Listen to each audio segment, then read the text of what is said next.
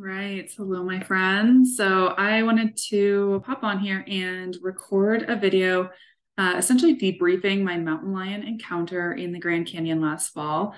I've had a lot of people ask me about it and just hadn't taken a moment to like write a blog post or record a video about it, but I really felt that a video was the best format for this. It's been several months since I recorded a video, so I'm a little camera shy, but here we go. So I'll just tell the story of what happened first, and then just some of my takeaways afterwards, some of like the handful of lessons that I took away from the experience. And I really felt compelled to do this now, which it's been let's see, it's February now, and that was in late October, early November when this happened. Because I'm reading a book called Over the Edge, which is an account of all the deaths in the Grand Canyon. And it just reminded me about the value of debriefing and experience and reflecting on like the lessons when something has happened. Like, what did I do right? What went wrong? What do I want to keep in mind for next time? We do this on our guided trips. If there's any kind of like evacuation or injury or anything like that, we always debrief about it. And I always find it a very helpful practice. So hopefully this is not only a good story, but also some valuable takeaways as well. So as I mentioned, this happened when I was hiking the length of the Grand Canyon last October and November. And it was in the Western Grand Canyon. I think it's Big Point Canyon is where it was. And my hiking partner and I had gotten to camp and set up on a big slab of slick rock. And this was late in the fall, so it was getting dark about 6 o'clock. So that's pretty much when we set up. And we were each cowboy camping, and we set up about 30 feet away from each other. And, did the normal thing, set up our beds and made dinner. And then, I don't know, it was probably like 6:30 or 7 o'clock. We both kind of laid down just to relax and go to bed. And so I had been laying there about half an hour, just looking up in the stars. And I decided to sort of like treat myself with 15 minutes of music or a podcast before actually going to sleep. We had to be very careful about like battery power usage. So I didn't do that often, but I did want to do it this night. So I sat up to dig my headphones out of the bag that I was using as a pillow, the stuff sack. And as I sat up, I remember I heard a loud noise, like a rock shifting behind me and to my right. It was like, I remember registering in my mind. I was like, oh, whatever moved that seemed like something relatively large. And then right after that, I thought I just dismissed it. I thought, oh, it's probably a bighorn sheep or a deer or something like that. And I was like, oh, just put my headphones in and laid back down, and I hit play. And within 10 seconds of me hitting play, I felt a presence coming towards me. I think a lot of you will probably be able to relate when you can like feel something before you actually see it. So I felt this presence coming towards me, and I looked over, and probably 2 or 3 feet off the ground, I could see this shadow shape walking straight towards me. And I could see at that point what I thought was some sort of cat and like this big tail off to the side. But I didn't really have even time to register it in my brain. I immediately bolted upright, like sat straight up. It was just like my first reaction. And as I did that, as I was still looking over it, it came at me and was within 10 feet. And as I sat up, it immediately like darted course and went straight out in front of me and parked itself probably like 20 feet in front of me. And as it walked in front of me, there was a beam of moonlight that was coming down and shone on it. And I could see very clearly the haunches and the big long tail of a mountain lion. And my brain is trying to register at this point, like, okay, this is definitely a mountain lion. It's absolutely clear. Holy crap, there's a mountain lion within, feet of you standing in camp. So it's just sitting like by a juniper bush. 20 or so feet in front of me. And at this point, I call over to my hiking partner. I'm like, hey. And he could hear in my voice that something was going on. He's like, what's up? And I said, there's a big cat right in front of me. And he jumps up, he puts on his shoes, turns on his headlamp, and he's like, shine your light on it. So I shine my light on it. And of course, it's like staring right back at me. I see the two like little pointy triangle ears and these glowing eyes just sitting there like a house cat with its like paws forward. I don't know, you can't really see me, but like paws forward, like sitting on its butt, just staring back at me, not being in a threatening position, almost just like a curious position, just like watching me basically, but just staring straight at me. So my hiking partner jumps up and he starts walking towards me and he starts yelling at it to get out of here, but it's not going anywhere. And he's walking over and he's yelling at it. I'm also putting my shoes on and I'm standing up and I'm starting to yell at it too. And I grabbed my cook pot, which had like the stove inside. So it was like this rattling noise. And I start shaking that at it. And we're both like acting really big and waving our hands overhead. And we're shouting as loud as we could. And it's really not running away like we would expected it to. And what it does actually instead is it gets down into like pounce position and like moves forward a little bit. And we were like, oh crap. Okay. So we stop yelling and it gets out of pounce position. And then all of a sudden its eyes sort of like disappear from in front of the juniper bush and we don't see it for a minute. And the next thing we know, it's over on this like row, not really row, but like this sandy area that's like a little rise, maybe like 100 yards off to our right, like behind our camp or sort of in front of our camp. And so it's over there and we see its glowing eyes looking straight back at us. But it's not going anywhere. So we're like yelling at it again. Hey, get out of here. Just like shouting, trying to frighten it away because that's the recommended practice. So we're shouting it at it over here and it's not really going away. It's like its eyes will disappear for a minute, but then it'll pop up in the bushes over here. And then its eyes will disappear again and it'll pop up way over here again. But it's not going away at all. And so at a certain point, we decide, we're talking through what our options are because this whole thing goes on over the course of probably 45 minutes to an hour. And we're like, it's dark. We're completely off trail. There's no trail to walk, even if walking were a good idea right now. We're not going to pack up our things and, start hiking again, because that's likely what we suspected with that. It would trigger its like chase instinct basically. And it would just track us like prey. And we would be much more likely probably because to get attacked because it would be triggering its chase instinct and we wouldn't be in as open of an area as we were where we could see around us. And not only that, we couldn't hike off trail anyways, because we've got, like canyon walls over on one side of us and then like a deep canyon ravine and many of them over on another side of us, not to mention all sorts of like cacti and brush and plants, and needing to navigate in the dark off trail is very challenging. So walking was an option. So we're like, okay, we're going to set up one of our tents and we're going to, throw our stuff inside the tent and see what happens while we do that. And one of us is going to keep guard. So that's what my hiking partner did. Well, I set up the tent and then we would get in there because we thought maybe like the tent would kind of throw it off or something like that. And also we didn't know what else to do because it wasn't leaving. It wasn't coming any closer. It wasn't attacking, but it also wasn't going anywhere. So we didn't really know what our other options would be. So I'm setting up the tent, he's watching it. And at a certain point, he decided to throw a rock at it.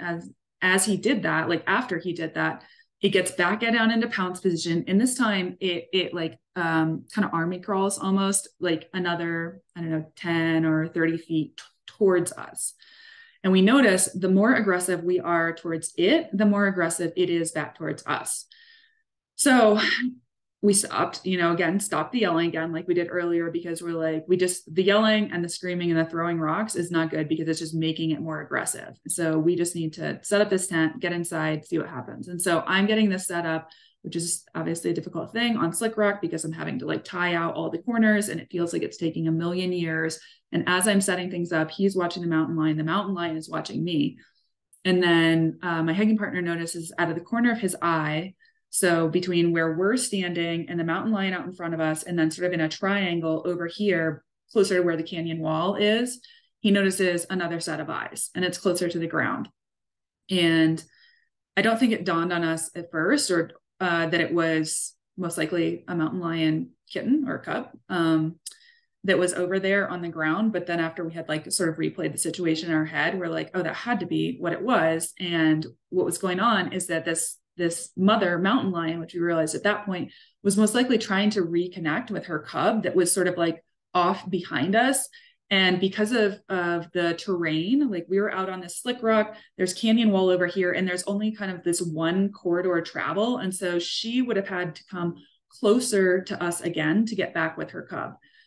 And so when we realized that, at that point, we're like, okay, we just need to leave them alone. And so at that point, I had got the shelter set up. We both hopped inside the shelter, and the bigger cat's eyes had disappeared. And right before my partner got into the shelter, he looked over and the little eyes had disappeared as well. And so we're like, oh my gosh, that really just happened for the last 45 minutes to hour. And we're sort of like looking out into the moonlight to see if we see any more activity around us. And we didn't.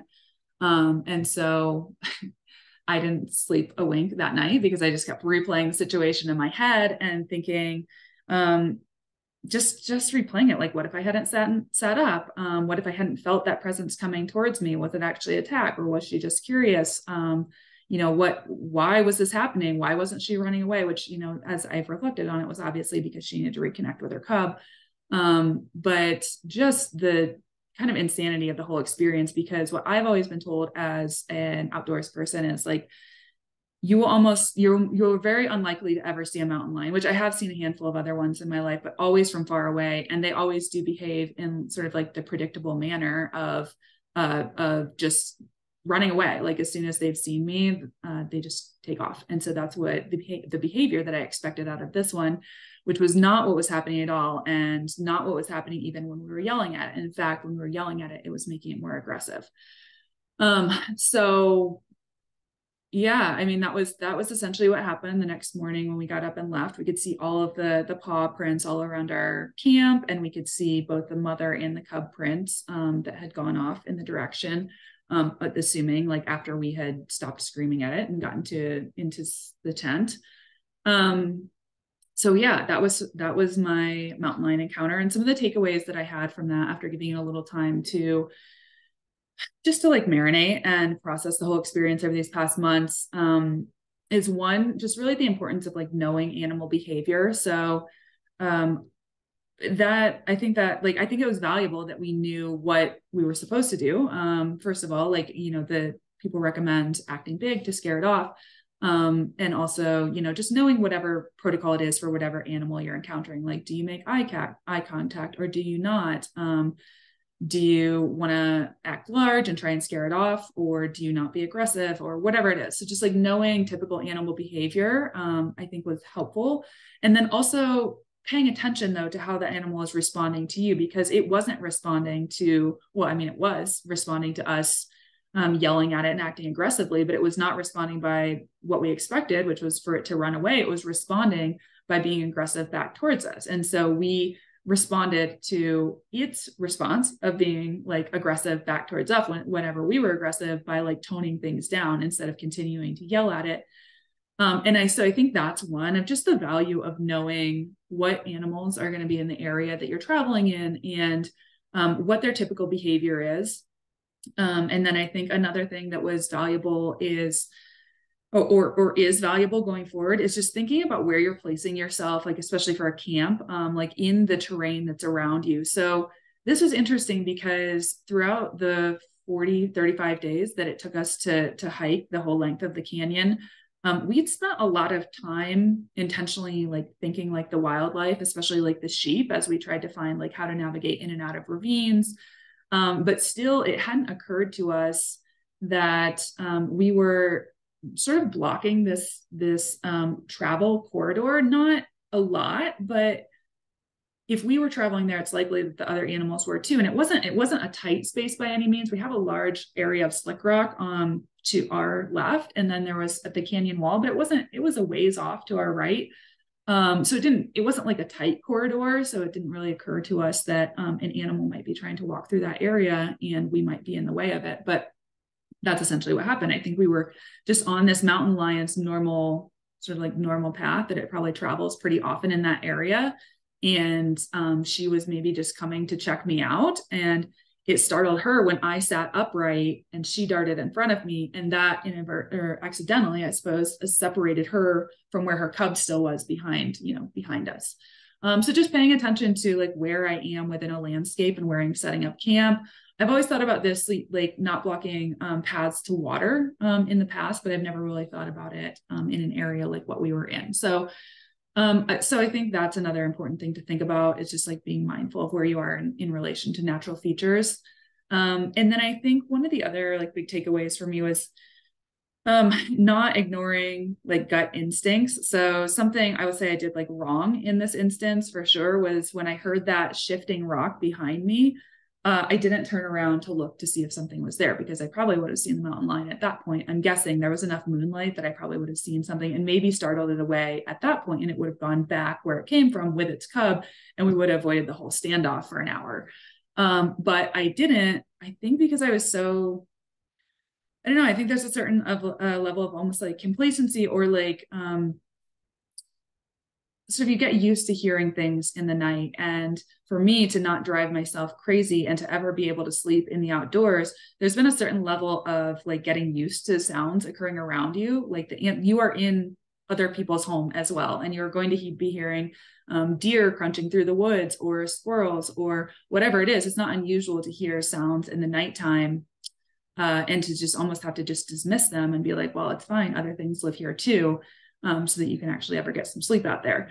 But I should have looked, because I even had the thought of like, oh, that was something sort of large. And then I just ignored it. What I think I did do right in that instance though, is when I felt that presence coming towards me was to look over, and then immediately to sit up, and none of that was like thought through. It was obviously just instinctual that happened.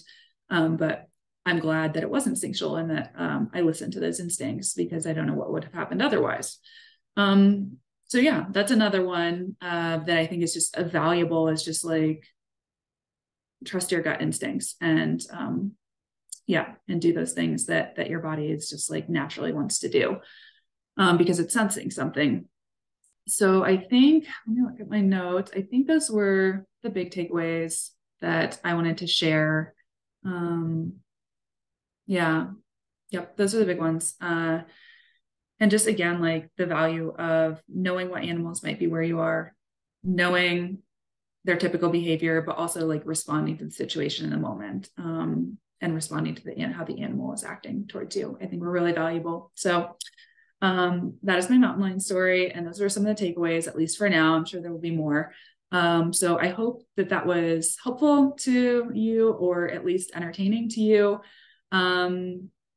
If you want any more information on like animal safety, I do have a backcountry safety course that you can find on my website, katiegerber.com. And it does, in addition to many other like backcountry risk factors like heat and cold and hiking solo and weather and things like that, there's a whole module about typical animal behavior and how to respond if this is something interesting to you that you want to go deeper on. So that is all. I hope this is helpful. And let me know what you think in the comments.